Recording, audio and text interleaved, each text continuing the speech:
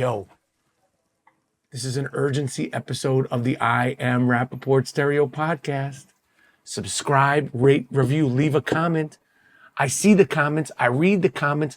Leave a comment. Ask a question. I will respond. Turn on the alerts. It's the I Am Rapaport Stereo Podcast. Yeah, I see you. I'm looking right at you.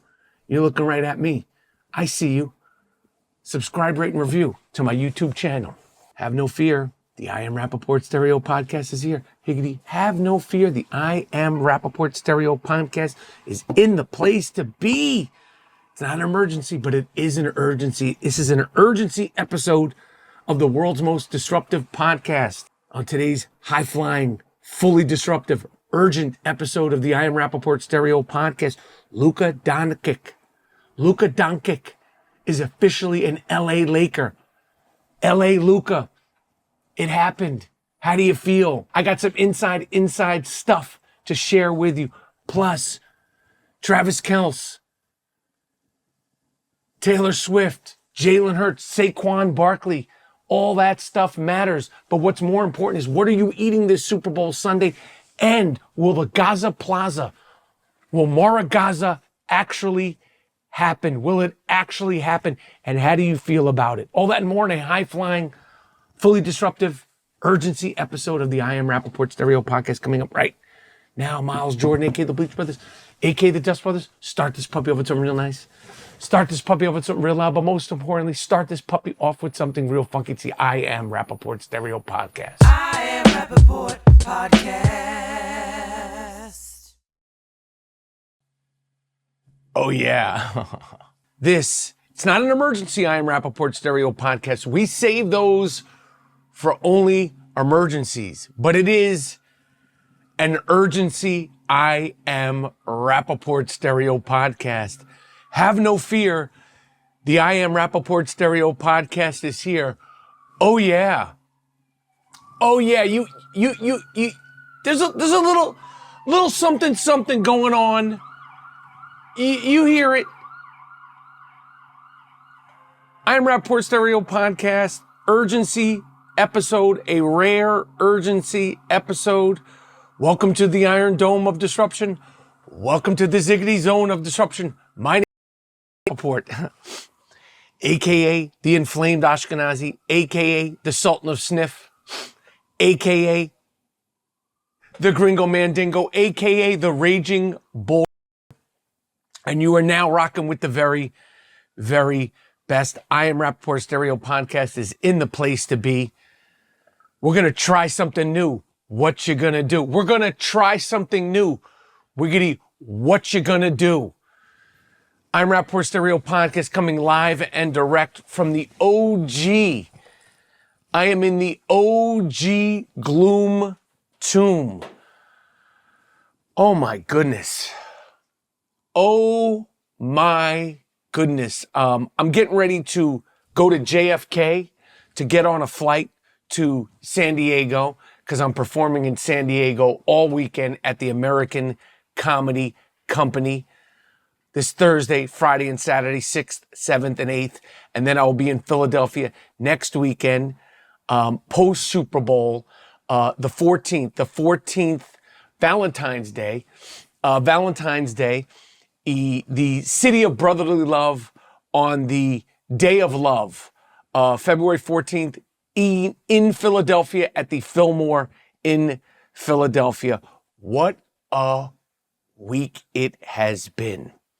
What a week it has been, and what a weekend it's going to be, because we have Super Bowl Sunday in, of course, New Orleans. We have the Kansas City Chiefs facing the Philadelphia Eagles.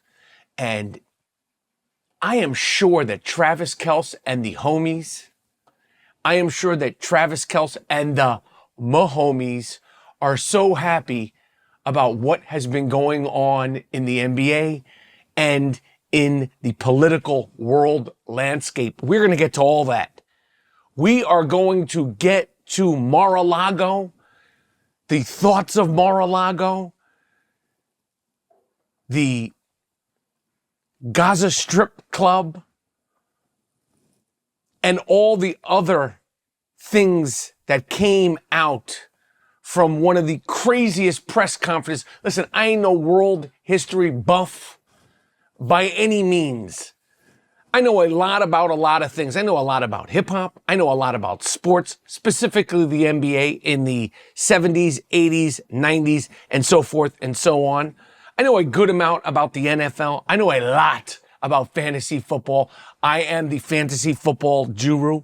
I know a lot about acting. I know a lot about films. I know a lot about television.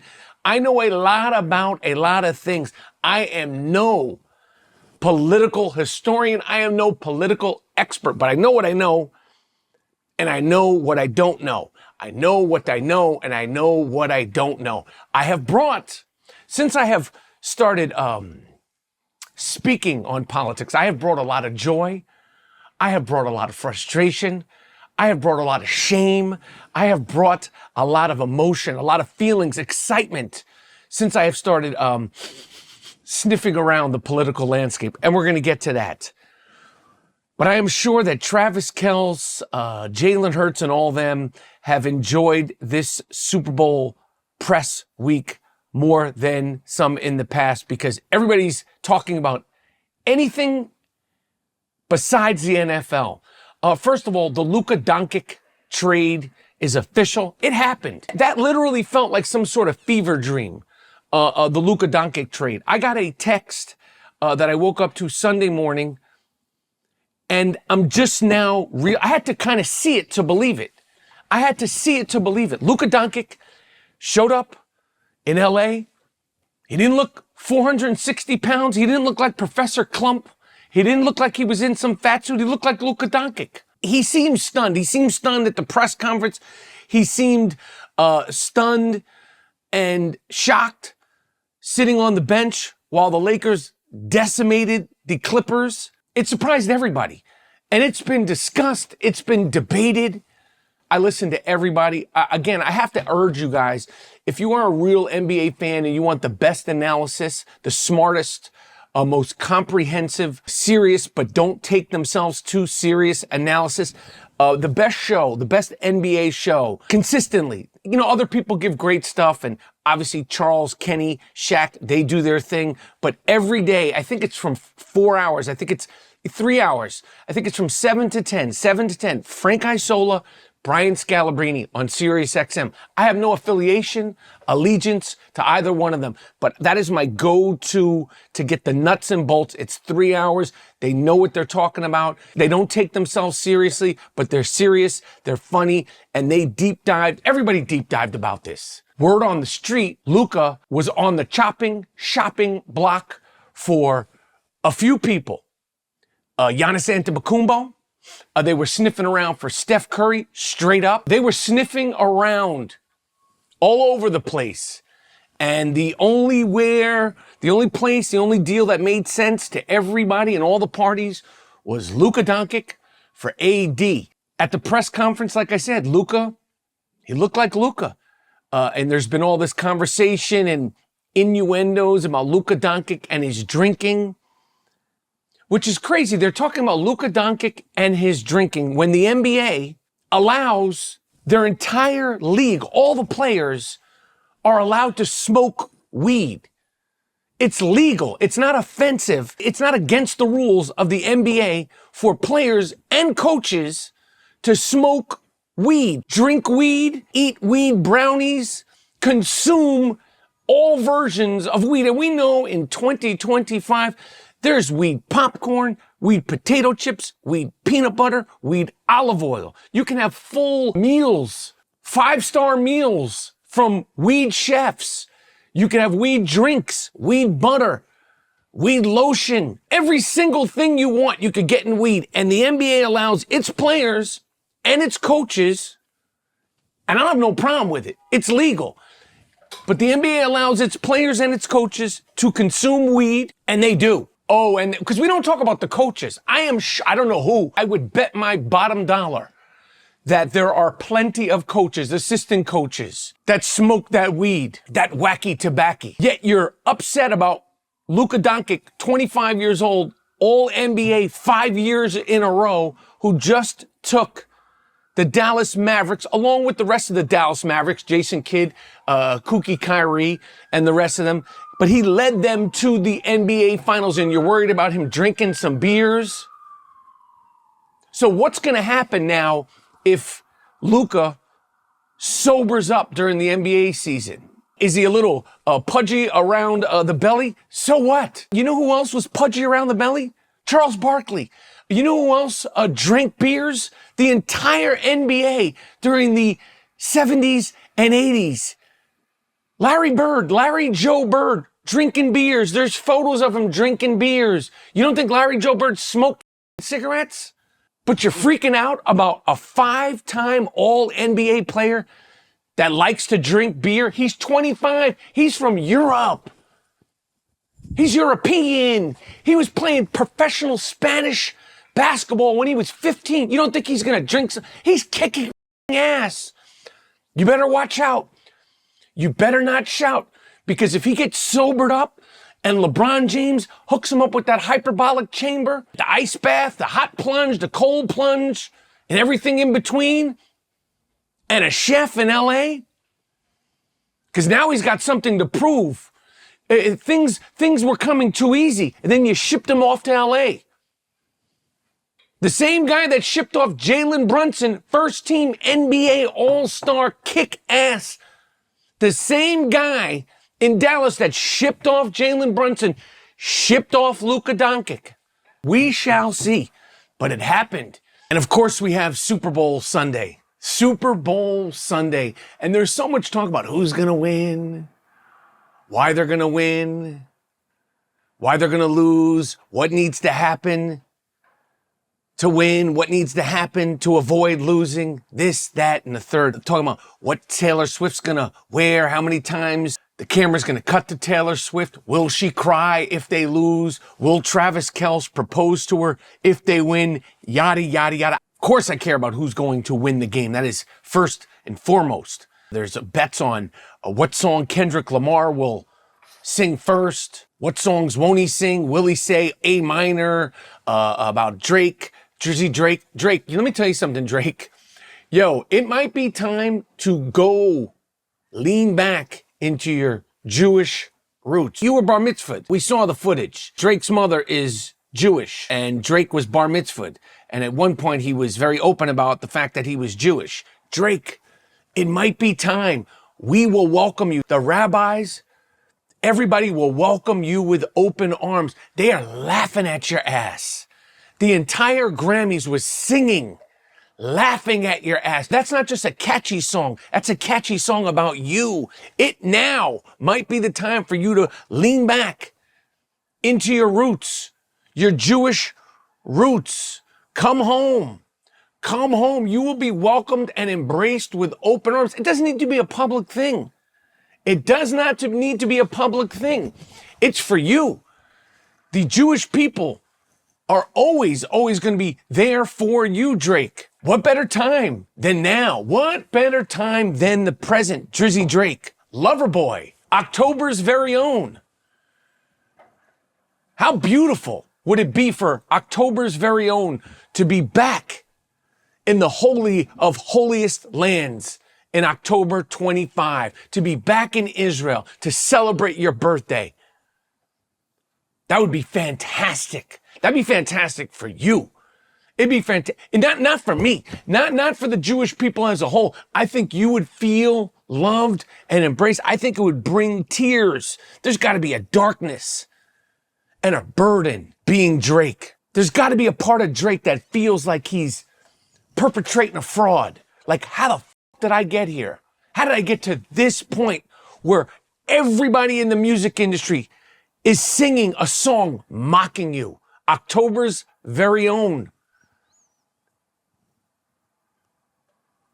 Go back to Israel. Go back to your Jewish roots by or before October 25. But Super Bowl Sunday, one thing that I don't see being discussed that's normally discussed, what the f are you going to be eating on Super Bowl Sunday? What are you going to be eating pregame? What are you going to be eating during the game? What are you going to be eating during halftime? And what are you going to be doing and eating during the second half of the game. It dawned on me yesterday. I said to my wife, I said, there's so much happening. We haven't discussed a meal plan. Like, we haven't discussed dips. We haven't discussed chips. We haven't discussed bisques. Are we doing pretzels? Are we doing peanuts? Are we doing seafood? Are we doing meat? Are we doing vegetarian? Like, what are we doing for Super Bowl Sunday? She was like, you're right. What do you want? And I said, I don't know. I take what I get. With my wife and food, I take what I get. My wife is a fantastic, fantastic cook, but the bar is low with me. You throw food at me, I'm like a zoo animal. You ever see a hippopotamus? That's what I am. You could throw any, I'll eat whatever. I'll say I want to eat good. I'll say I want to be a vegetarian. I'll say that I don't want to eat this, that, and the third, but you throw it at me, you present it to me. My willpower, as far as eating well, eating healthy, is not that good. If I smell something, if I smell prosciutto, I know I shouldn't be eating prosciutto. And I've been avoiding it. But if I smell, if I see it, you put some lox in front of me, you put ice cream in front of me. We were at our friend's house the other day. There was food coming left and right. There was ice cream and, I don't know, apple crumb cake pies. I'm putting it in my pocket. I'm doing it all. But what are you going to be eating on Super Bowl Sunday? Don't worry about what I'm going to be eating. I'm going to be eating whatever I get. Whatever you get, don't get upset. That's how I am with food. You could throw anything at me. I'm going to eat that. And of course, there was the Bibi Netanyahu, the Prime Minister of Israel, the State of Israel, and Donald Trump press conference. And I know a lot of people are confused, baffled, upset, bewildered, disappointed. Let me tell you something. If you're a stranger online and you're saying, I'm really disappointed in you, Mike Rap, do you think I give a flying... Do you actually think a stranger online telling me, 54, soon to be 55, that you're disappointed in me makes me toss and turn and go, oh, Christine from Iowa, or oh, Johnny from Orange County, or oh, Derek from the Bronx, who said, I used to be a fan of yours, but I'm disappointed in you. You think I give two? I don't know you. You're disappointed in me? I'm 55 years old in a few weeks. You think I give a fuck about your from a stranger? My own father, my own mother and father wouldn't even think to say, well, I'd have to do something pretty bad for them to go, I'm disappointed in you. And even at 54, I'd be like, what the fuck are you talking about, Mom? What the fuck are you talking about, Dad? But Bonnie from Minnesota, who says, I was such a big fan of yours. I loved what you used to stand for, but you've disappointed me. Get the fuck out of here. What are you, insane? You don't like me anymore? Cool. You, Mike Rap? Now you're talking my language, but you're disappointed in me? Get the fuck out of here. A lot of people are confused because I am not ranting and raving about dick stain Donald Trump, pig dick Donald Trump. And I'm going to be totally honest. I like what I'm seeing so far. Am I standing by in the on deck circle, swinging my bat, ready to launch? Oh, yeah. Oh, yes. But I have decided, for my own sanity and my own growth, that whoever the president is, and I said this publicly, if Kamala won, I would be rooting for her. If Smoking Joe Biden won, I would be rooting for him. If Dick Stain Donald Trump won, I would be rooting for him. I want them to do all the great things for me, for my family, for what I want as a voter. Trump won. He won. If you want to spend the next 4 years screaming and yelling, saying Dick Stain Donald Trump, Pig Dick Donald Trump, take it. It's yours. But don't come to me to do your dirty work. I'm not your gavone. I'm not your goon. I'm not your henchman. Okay? I am not your goon, gavone, or henchman. I like what I'm seeing so far. And like I said, I'm standing by in the dick-stained Donald Trump batters, but I'm warming up. I'll always be ready.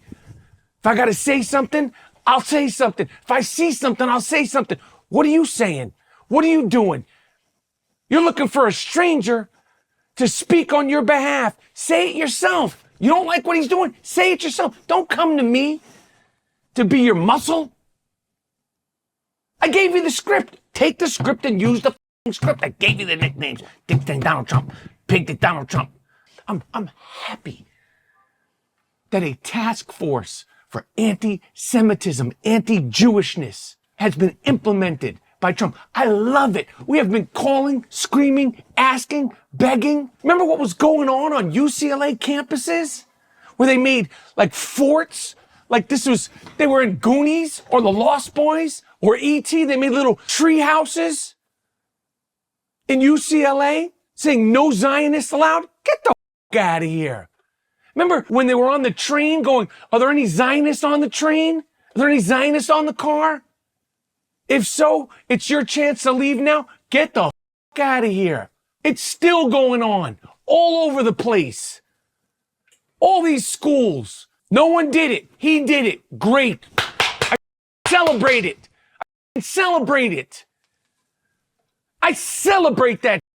And people are offended by that. You're more offended by a task force to stop and combat anti-Jewish behavior. And that's what it is. Anti-Semitism, anti-Zionism, it's all anti-Jewish. You're more offended about a task force being implemented to stop anti-Jewishness on campus than you have been, than you are about the anti-Jewish behavior that's happening right now. Get the out of here. Where were you when they were saying, there's no Jews, there's no Zionists allowed on this campus? This is a Zionist-free lawn. You weren't complaining about that, were you? So you're more upset about Trump making a task force to make everybody feel comfortable than you are about the act of making people feel scared and uncomfortable. It's been documented over and over. So it'll be like, well, the only way to stop bullying is to what the listen, it's happening. And I say, good. I say, great. Agenda number 1 through 79 are the hostages. They must be free. There are 79 hostages that are still in Gaza right now. 79 hostages. It's 490 days of this shit. 15 months. It's 490 days. 79 hostages. 6 Americans. 2 kids from New York. 1 kid from New Jersey. Women, children, grandparents, Holocaust survivors. 79 hostages remain in Gaza. And you're sympathizing for these mother... Get the fuck out of here. Bibi came to New York and he said it. People thought he was just throwing this out the other day on the plane. It seemed like off the cuff. It wasn't even a press conference on the plane. Trump said that maybe, I don't know how this guy works. I don't know if he throws out an idea, if he's spitballing. I don't know if he makes it seem like it's off the cuff. It is off the cuff, or how this came about. But he said on a plane, a press conference the other day, he's only been in office 2 weeks. Yo, we're heading into the 3rd week right now. 2 weeks. But he said on a press conference, I think it was like a day or 2 into this. Maybe the United States should take over Gaza. Maybe the United States should go in there. Maybe it should be this, that, and the third. And it was kind of just thrown out there. And I would love to know how this happens. Something like that, as serious as that. And there was a response, and then he said it again. And Bibi came, and he said, The United States is going to take over Gaza. Whether or not this happens, who knows? Whether or not this can actually fall into place, who knows? He said that it's a dump, it's a demolition site. He knows demolition sites. And he said the United States will take over Gaza and it will become the Riviera of the Middle East. And he had statements. He was going off the cuff. I was shocked when he said that. I was shocked, but I'm going to tell you something. The launch, the idea of Mar-A-Gaza, the Gaza Plaza, and the Gaza Strip Club. The Gaza Strip Club, it rolls off your tongue. And I have been saying it, and people have been saying it. People have been saying it for decades. Get yourselves into modern times. Do not ever forget that 10 hours after the state of Israel was announced, it was under attack. From who? The Palestinians and more. 10 hours after the state of Israel was announced, it was under attack, and it has been fighting. It has been fighting for sovereignty. It has been fighting for its existence ever since. Literally. And I got to tell you something, the idea of Gaza Plaza, Mar-A-Gaza, the Gaza Strip Club, the Brigade Gaza, the Gaza National, the Gaza Liberty National, the Kunapali Invitational, all these things, Pebble Beach in the Middle East, all these things are fantastic because they did it to themselves. 77 years, leader after leader, from the Mufti to this one to that one, Sadat, every single person, every single idea, every single peace treaty has been rejected or broken, flat out rejected or broken. 77 years of nothing. It has been 77 years of trying. It has been 77 years of nothing. And October 7th, they attacked. We know what they did. And after they attacked, they said they want to do it again and again and again and again, because their entire existence, the entire existence of the people of Gaza is to eradicate Israel. And as we speak, 79 hostages are in Gaza. And when they're talking about getting rid of this, you're offended? What does from the river to the sea, Palestine will be free mean? From the river to the sea, Palestine will be free. You sing it with joy in your heart, with smiles on your faces. Saliva, bloodlust, bloodthirsty chants. From the river to the sea, Palestine will be free. What does that mean? It means to eradicate Israel. And when somebody suggests, hey, maybe the Gaza Plaza ain't a bad idea. Maybe Mar-A-Gaza ain't a bad idea. Maybe the Gaza Strip Club ain't a bad idea. You're offended. You're talking about globalize the intifada. You're talking about from the river to the sea, Palestine will be free. This is why you got yourself in this situation.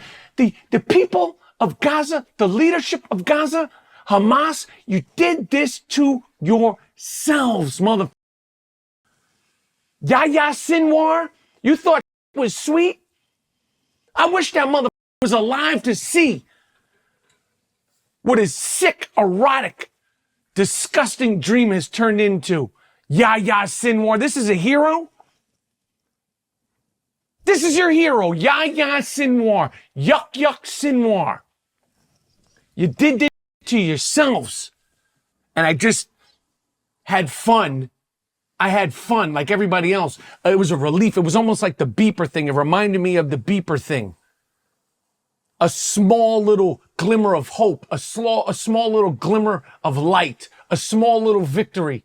When Trump says that the U.S. will take over Gaza, whether it happens or not. I posted some AI created images of a Mar-A-Gaza t-shirt, a Mar-A-Gaza hoodie, a Mar-A-Gaza jean jacket, a Gaza Plaza sign, a Gaza Plaza t-shirt, and people were offended by that. And my question to you is, does the idea of the Riviera in the Middle East, or the Gaza Plaza, or Mar-A-Gaza, or the Gaza National Golf Tournament, or the Gaza Film Festival, do those things offend you more? Do those ideas offend you more than the actual actions of October 7th? What offends you more? Trump saying they're going to take over Gaza? The United States will take over Gaza? Or the fact that 79 hostages are still in Gaza? The fact that on October 7th, you saw those videos, you're more offended by a AI-generated image of the Gaza Strip Club, you're more offended by that than the actual footage of Hamas animals videotaping themselves slaughtering, shooting, beating civilians alive. You're more offended by the Gaza Liberty National Golf Tournament idea than what you saw on October 7th?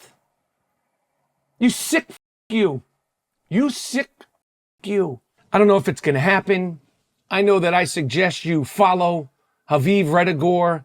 I suggest you follow the great Inat Wilf on Twitter. I suggest you follow the great Aviva Klumpus on Twitter, where you could get some real perspective, some real information in a concise, brilliant, calm, relaxing way. That's not my part in all this.